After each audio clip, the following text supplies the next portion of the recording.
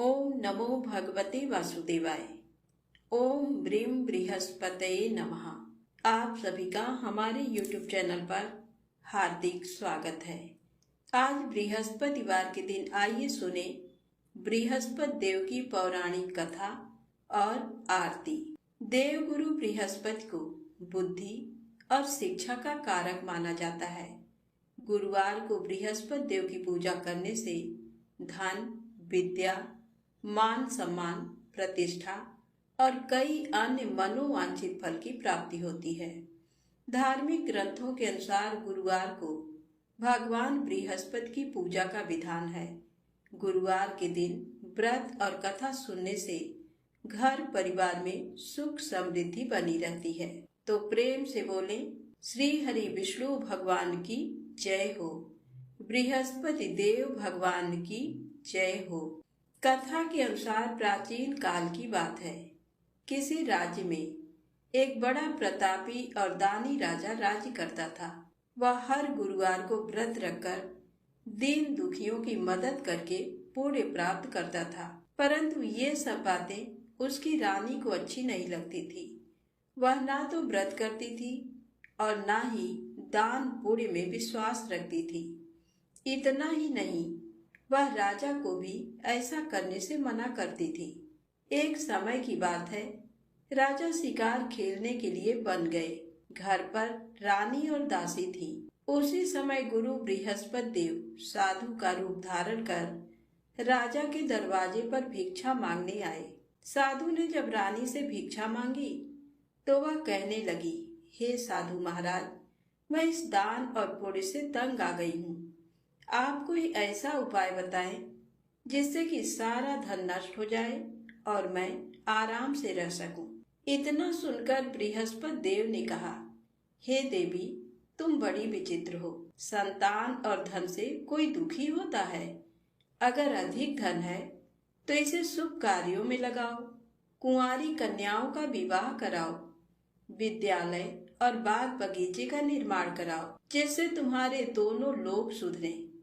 परंतु साधु की इन बातों से रानी को खुशी नहीं हुई। उसने कहा कि मुझे ऐसे धन की आवश्यकता नहीं है जिसे मैं दान दूं और जिसे संभालने में मेरा सारा समय नष्ट हो जाए। तब साधु ने कहा, अगर तुम्हारी ऐसी इच्छा है तो मैं जैसा तुम्हें बताता हूँ तुम वैसा ही करना। गुरुवार के दिन तुम घर को गोबर से लीपना, अपने बालों को पीली मिट्टी से धोना, राजा से हजामत बनाने को कहना, भोजन में मांस मदिरा का प्रयोग करना, कपड़े धोबी के यहाँ धुलने देना। इस प्रकार 7 बृहस्पतिवार करने से तुम्हारा समस्त धन नष्ट हो जाएगा। इतना कहकर साधु के रूप में बृहस्पति देव अंतर ध्यान हो गए। साधु के अनुसार कही बातों को पूरा करते हुए रानी को केवल 3 बृहस्पतिवार ही बीते थे कि उसकी समस्त धन संपत्ति नष्ट हो गई। भोजन के लिए राजा का परिवार तरसने लगा। तब एक दिन राजा ने रानी से बोला कि हे रानी, तुम यहीं रहो, मैं दूसरे देश को जाता हूँ, क्योंकि यहाँ पर सभी लोग मुझे जानते हैं, इसलिए मैं कोई छोटा कार्य नहीं कर सकता। ऐसा कहकर राजा दूसरे देश चला गया। वहाँ वह जंगल से लकड़ी काट कर लाता और शहर में बेचता। इस तरह वह अपना जीवन व्यतीत करने लगा। इधर राजा के परदेश जाते ही रानी और दासी दुखी रहने लगी। एक बार जब रानी और दासी को 7 दिन तक बिना भोजन के रहना पड़ा तो रानी ने अपनी दासी से कहा, हे दासी, पास ही के नगर में मेरी बहन रहती है, वह बड़ी धनवान है, तू उसके पास जा और कुछ ले आ ताकि थोड़ी बहुत गुजर बसर हो जाए। दासी रानी की बहन के पास गई। उस दिन गुरुवार था और रानी की बहन उस समय बृहस्पतिवार व्रत की कथा सुन रही थी। दासी ने रानी की बहन को अपनी रानी का संदेश दिया, लेकिन रानी की बड़ी बहन ने कोई उत्तर नहीं दिया। जब दासी को रानी की बहन से कोई उत्तर नहीं मिला तो वह बहुत दुखी हुई और उसे क्रोध भी आया। दासी ने वापस आकर रानी को सारी बात बता दी। यह सुनकर रानी ने अपने भाग्य को कोसा। उधर रानी की बहन ने सोचा कि मेरी बहन की दासी आई थी, परंतु मैं उससे नहीं बोली, इससे वह बहुत दुखी हुई होगी। कथा सुनकर और पूजा समाप्त करके वह अपनी बहन के घर आई और कहने लगी, हे बहन, मैं बृहस्पतिवार का व्रत कर रही थी। तुम्हारी दासी मेरे घर आई थी, परंतु जब तक कथा होती है तब तक ना तो उठते हैं और ना ही बोलते हैं, इसलिए मैं नहीं बोली। बताओ दासी क्यों आई थी? रानी बोली, बहन तुमसे क्या छिपाऊं, हमारे घर में खाने तक को अनाज नहीं है। ऐसा कहते कहते रानी की आंखें भर आईं। उसने दासी समेत पिछले 7 दिनों से भूखे रहने की पूरी बात अपनी बहन को बता दी। रानी की बहन बोली, देखो बहन, भगवान बृहस्पति देव सबकी मनोकामना को पूर्ण करते हैं। देखो, शायद तुम्हारे घर में अनाज रखा हो। पहले तो रानी को विश्वास नहीं हुआ, पर बहन के आग्रह करने पर उसने अपनी दासी को अंदर भेजा तो उसे सचमुच अनाज से भरा एक घड़ा मिल गया। ये देखकर दासी को बड़ी हैरानी हुई। दासी रानी से कहने लगी, हे रानी, जब हमको भोजन नहीं मिलता तो हम व्रत ही तो करते हैं, इसलिए क्यों न इनसे व्रत और कथा की विधि पूछ ली जाए ताकि हम भी व्रत कर सकें। तब रानी ने अपनी बहन से बृहस्पतिवार व्रत के बारे में पूछा।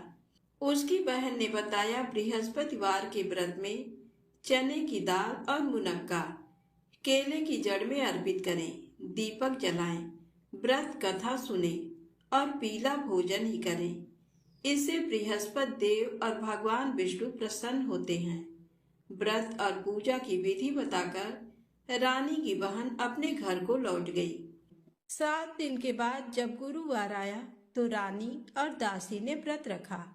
गुड़साल में जाकर चना और गुड़ लेकर आई, फिर उससे केले की जड़ तथा विष्णु भगवान का पूजन किया। अब पीला भोजन कहाँ से आए, इस बात को लेकर दोनों बहुत दुखी थे।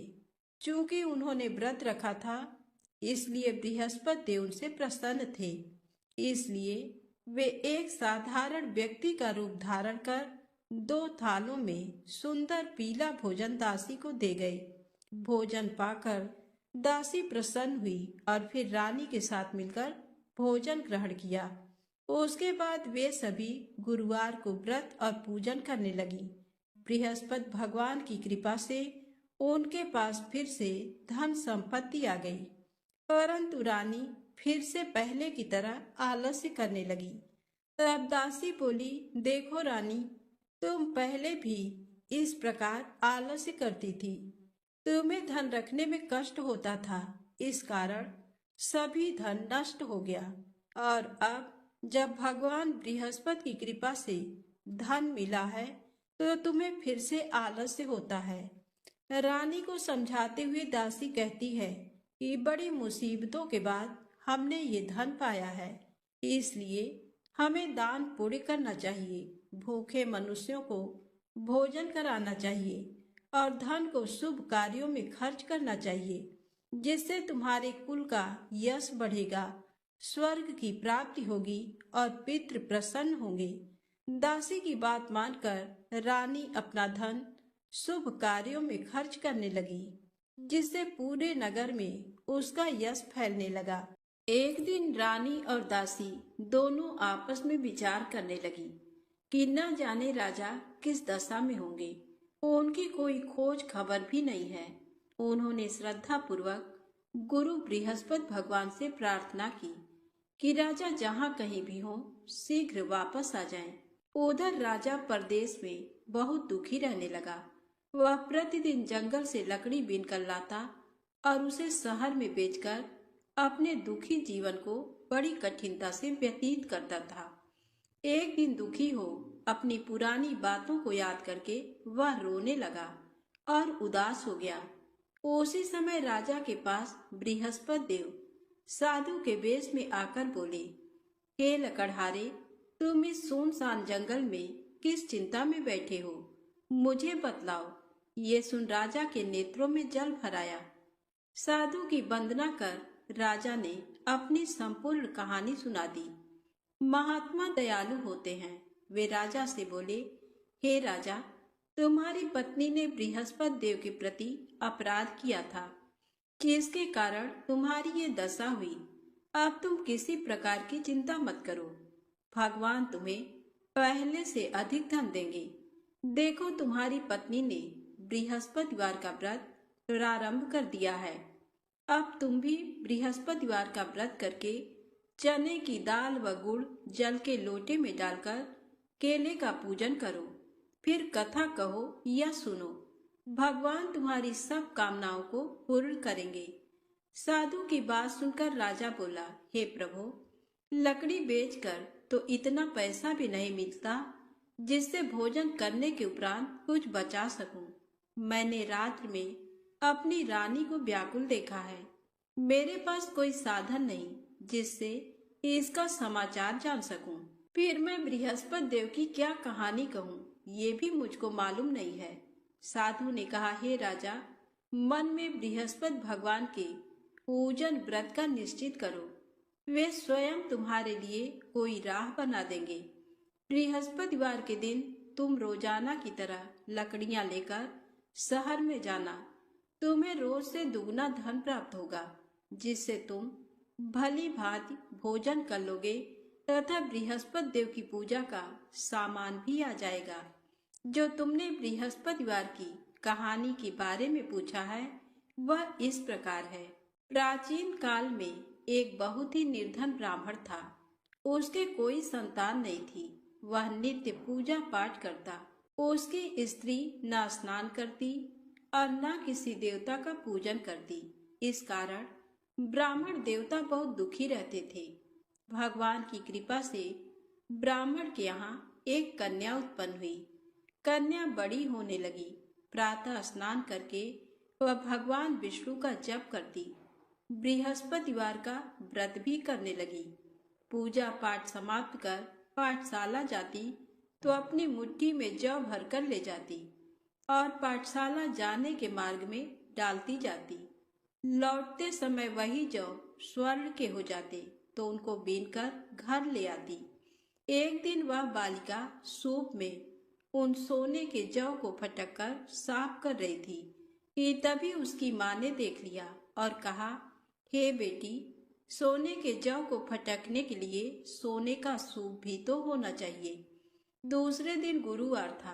कन्या ने व्रत रखा और बृहस्पति देव से सोने का सूप देने की प्रार्थना की। बृहस्पति देव ने उसकी प्रार्थना स्वीकार कर ली। रोजाना की तरह वह कन्या जौ फैलाती हुई पाठशाला चली गई। पाठशाला से लौटकर जब वह जौ बीन रही थी तो बृहस्पति देव की कृपा से उसे सोने का सूप मिला।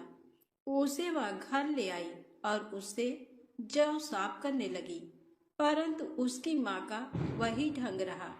एक दिन की बात है, कन्या सोने के सूप में जब जौ साफ कर रही थी, उस समय उस नगर का राजकुमार वहां से निकला।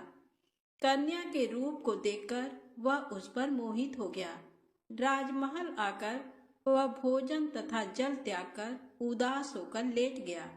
राजा को जब राजकुमार द्वारा अन्न जल त्यागने का समाचार ज्ञात हुआ तो अपने मंत्रियों के साथ वह अपने पुत्र के पास गया और कारण पूछा।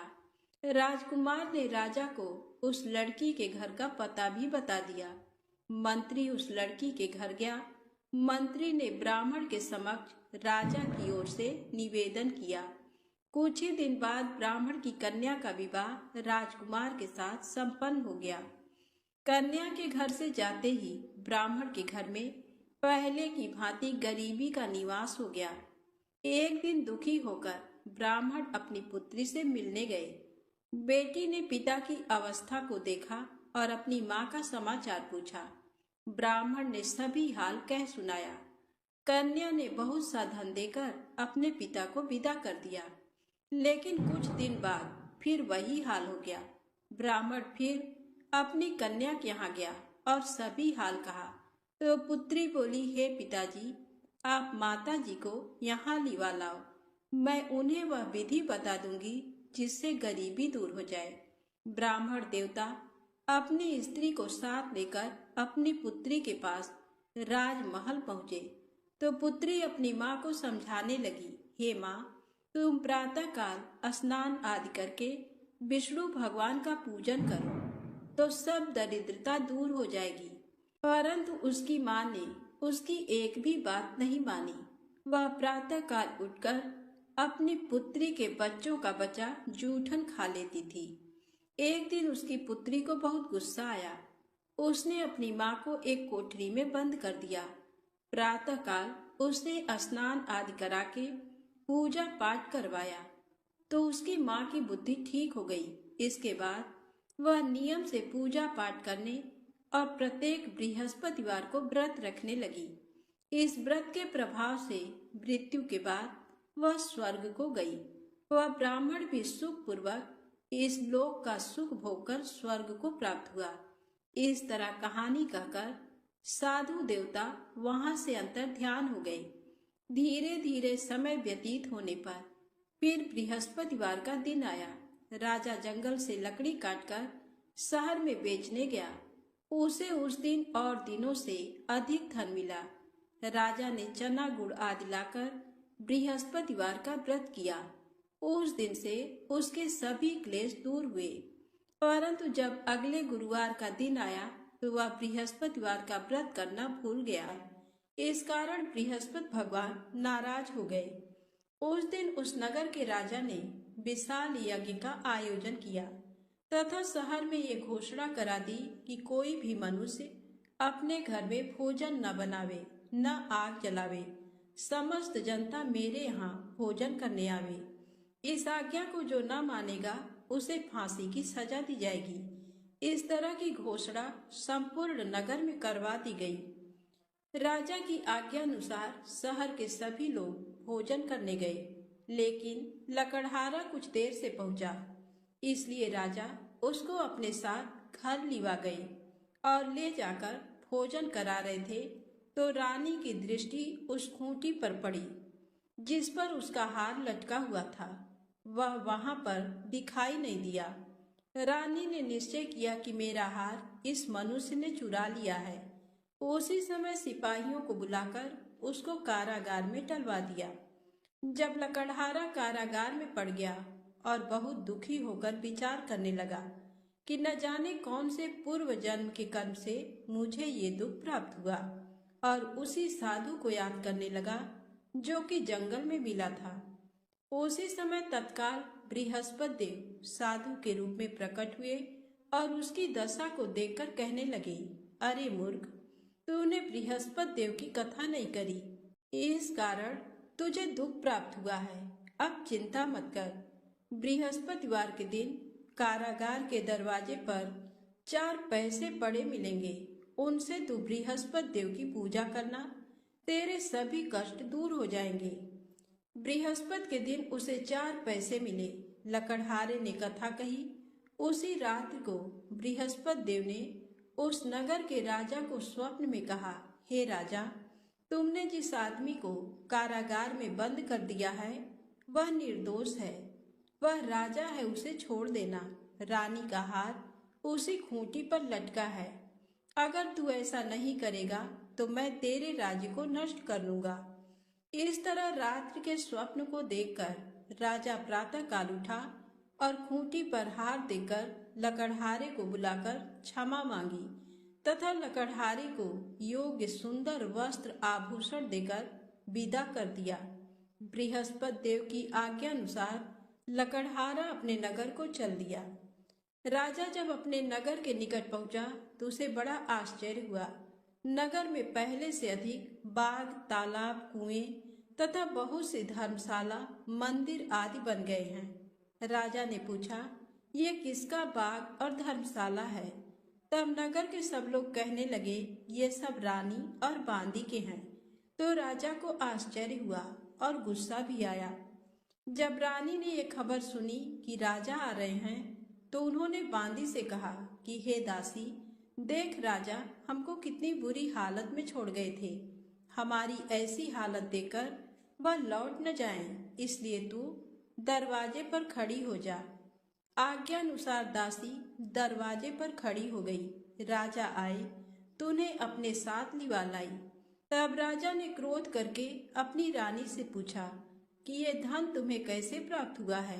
तब उन्होंने कहा, हमें ये सब धन बृहस्पति देव के इस व्रत के प्रभाव से प्राप्त हुआ है।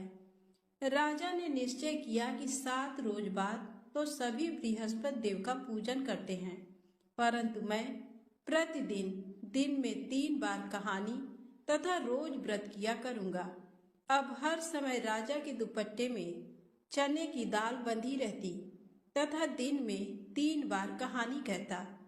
एक रोज राजा ने विचार किया कि चलो अपनी बहन के यहाँ हो आवें।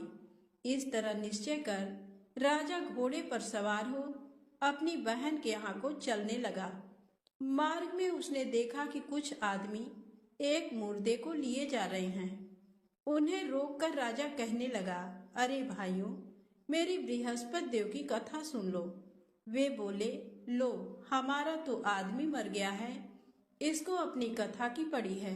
परंतु कुछ आदमी बोले, अच्छा कहो, हम तुम्हारी कथा भी सुनेंगे। राजा ने दाल निकाली और जब कथा आधी हुई थी कि मुर्दा हिलने लग गया, और जब कथा समाप्त हो गई तो राम राम करके मनुष्य उठकर खड़ा हो गया। आगे मार्ग में उसे एक किसान खेत में हल चलाता मिला। राजा ने उसे देखा और उससे बोले, अरे भैया, तुम मेरी बृहस्पतिवार की कथा सुन लो। किसान बोला, जब तक मैं तेरी कथा सुनूंगा तब तक 4 हरैया जोत लूंगा। जाए अपनी कथा किसी और को सुनाना। इस तरह राजा आगे चलने लगा। राजा के हटते ही बैल पछाड़ खाकर गिर गए तथा किसान के पेट में बड़ी जोर का दर्द होने लगा। उस समय उसकी माँ रोटी लेकर आई। उसने जब ये देखा तो अपने पुत्र से सब हाल पूछा और बेटे ने सभी हाल कह दिया। तो बुढ़िया दौड़ी दौड़ी उस घुड़सवार के पास गई और उससे बोली कि मैं तेरी कथा सुनूंगी, तू अपनी कथा मेरे खेत पर चलकर ही कहना। राजा ने बुढ़िया के खेत पर जाकर कथा कही, जिसके सुनते ही वह बैल उठ खड़े हुए तथा किसान के पेट का दर्द भी बंद हो गया। राजा अपनी बहन के घर पहुंचा। बहन ने भाई की खूब मेहमानी की। दूसरे रोज प्रातः काल राजा जगा तो वह देखने लगा कि सब लोग भोजन कर रहे हैं। राजा ने अपनी बहन से कहा, ऐसा कोई मनुष्य है जिसने भोजन नहीं किया हो, मेरी बृहस्पतिवार की कथा सुन ले। बहन बोली, हे भैया, ये देश ऐसा ही है कि पहले यहाँ लोग भोजन करते हैं, बाद में अन्य काम करते हैं। अगर कोई पड़ोस में हो तो देख आऊं। वह ऐसा कहकर देखने चली गई, परंतु उसे कोई ऐसा व्यक्ति नहीं मिला जिसने भोजन न किया हो। अतः वह एक कुम्हार के घर गई, जिसका लड़का बीमार था। उसे मालूम हुआ कि उनके यहाँ 3 रोज से किसी ने भोजन नहीं किया है। रानी ने अपने भाई की कथा सुनने के लिए कुम्हार से कहा। वह तैयार हो गया। राजा ने जाकर बृहस्पतिवार की कथा कही, जिसको सुनकर उसका लड़का ठीक हो गया। अब तो राजा की प्रशंसा होने लगी। एक रोज राजा ने अपनी बहन से कहा कि हे बहन, हम अपने घर को जाएंगे, तुम भी तैयार हो जाओ। राजा की बहन ने अपनी सास से कहा। सास ने कहा, हाँ चली जा, परंतु अपने लड़कों को मत ले जाना, क्योंकि तेरे भाई के कोई औलाद नहीं है।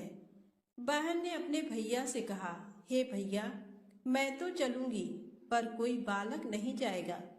राजा बोला, जब कोई बालक नहीं चलेगा तब तुम ही क्या करोगी। बड़े दुखी मन से राजा अपने नगर को लौट आया। राजा ने अपनी रानी से कहा, हम निर्वंशी हैं, हमारा मुंह देखने का धर्म नहीं है और कुछ भोजन आदि नहीं किया। रानी बोली, हे प्रभु, बृहस्पति देव ने हमें सब कुछ दिया है, वह हमें औलाद अवश्य देंगे।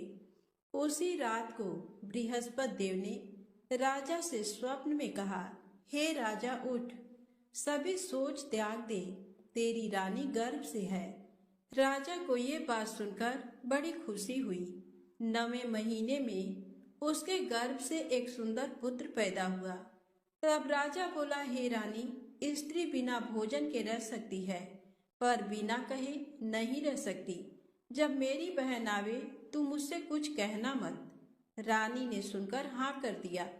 जब राजा की बहन ने ये शुभ समाचार सुना तो वह बहुत खुश हुई तथा बधाई लेकर अपने भाई के यहाँ आई।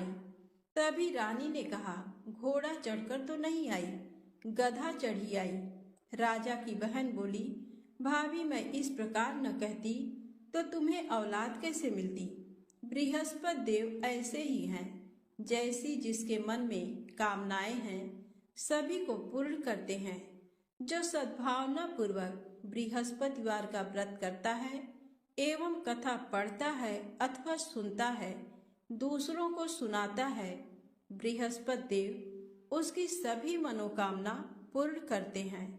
प्रेम से बोले बृहस्पति भगवान की जय हो। आइए सुने बृहस्पति देव की आरती। ओम जय बृहस्पति देवा, ओम जय बृहस्पति देवा। छिन छिन भोग लगाऊं, छिन छिन भोग लगाऊं, कदली फल मेवा। ओम जय बृहस्पति देवा, तुम पूर्ण परमात्मा, तुम अंतर्यामी, जगत पिता जगदीश्वर, जगत पिता जगदीश्वर, तुम सबके स्वामी। ओम जय बृहस्पति देवा, चरणामृत निज निर्मल, सब पातक हरता, सकल मनोरथ दायक, सकल मनोरथ दायक, कृपा करो भरता।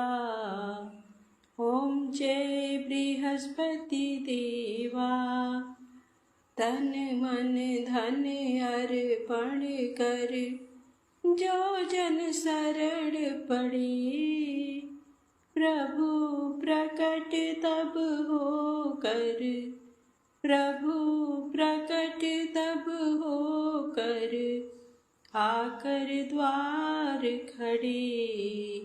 ओम जय बृहस्पति देवा, दीन दयाल दयानिधि, भक्तन हितकारी, पाप दोष सब हरता, पाप दोष सब हरता, भव बंधन हारी। ओम जय बृहस्पति देवा, सकल मनोरथ दायक, सब संशय हारो, विषय विकार मिटाओ, विषय विकार मिटाओ, संतन सुखकारी।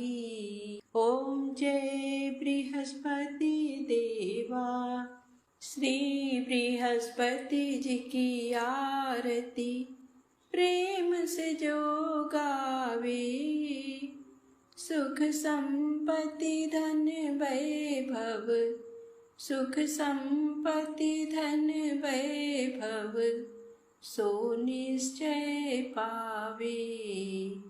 ओम जय बृहस्पति देवा। प्रेम से बोले विष्णु भगवान की जय, बृहस्पति देव भगवान की जय।